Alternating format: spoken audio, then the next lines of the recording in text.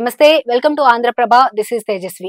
YCP నేతలపై దాడులు జరిగాయా లేదా అని ప్రశ్న పంపించి అసెంబ్లీకి రాకుండా పోతే ఎలా అని వైసీపీ అధినేత జగన్మోహన్ రెడ్డిపై ఏపీ హోంమంత్రి వంగలపూడి అనిత వ్యంగ్యాస్త్రాలు సంధించారు. ఆంధ్రప్రదేశ్ అసెంబ్లీ సమావేశాలు 4వ రోజు గురువారం ఉదయం 9 గంటలకు ప్రారంభమయ్యాయి. ప్రశ్నోత్తరాల సమయం కొనసాగుతోంది. ఈ సందర్భంగా హోంమంత్రి వంగలపూడి అనిత మాట్లాడుతూ వైసీపీ సానుభూతి పరులపై దాడులు జరుగుతున్న విషయం వాస్తవమేనా అని వైసీపీ వాళ్ళు ప్రశ్న వేసి సభకు రాలేదని ఎద్దేవా చేశారు. నిజానికి టీడీపీ వాళ్లను చంపి అదేదో తాము చేసినట్టు ఆరోపిస్తున్నారని, అధికారం కోల్పోయి 11 సీట్లు సాధించాక టీడీపీ కార్యకర్తలను చంపి ఢిల్లీ వెళ్లి అక్కడ దీక్ష చేయడం ఏంటని ప్రశ్నించారు. ఎన్డీఏ ప్రభుత్వం అధికారంలోకి వచ్చాక 4 చనిపోతే 3 టీడీపీకి చెందిన వారు ఉన్నారని, దానికి సంబంధించి కేసు నంబర్లతో సహా వెల్లడించామని హోంమంత్రి తెలిపారు.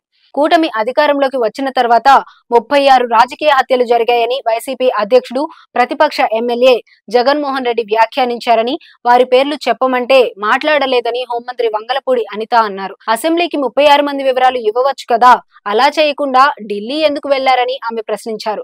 గత ప్రభుత్వంలో ఆత్మకూరుకు ప్రతిపక్ష నేత చంద్రబాబు నాయుడు వెళ్లాలి అనుకుంటే ఆయన ఇంటి గేటుకు తాళ్లు కట్టారని, పవన్ కళ్యాణ్ అమరావతి రైతుల వద్దకు వెళితే ముళ్ల కంపలు వేశారని, యువగలం పాదయాత్రలో నారా లోకేష్ కు స్కూల్ ఎక్కి నిల్చోవడానికి కూడా అనుమతి ఇవ్వలేదని హోంమంత్రి మండిపడ్డారు. వైసీపీ ప్రభుత్వం మీడియాతో పాటు ఎవ్వరిని వదల్లేదు అనే విషయం మర్చిపోకూడదని, గత 5 ఏళ్లలో రాష్ట్రంలో ఇలాంటి భయానక వాతావరణాన్ని సృష్టించారని మంత్రి అన్నారు.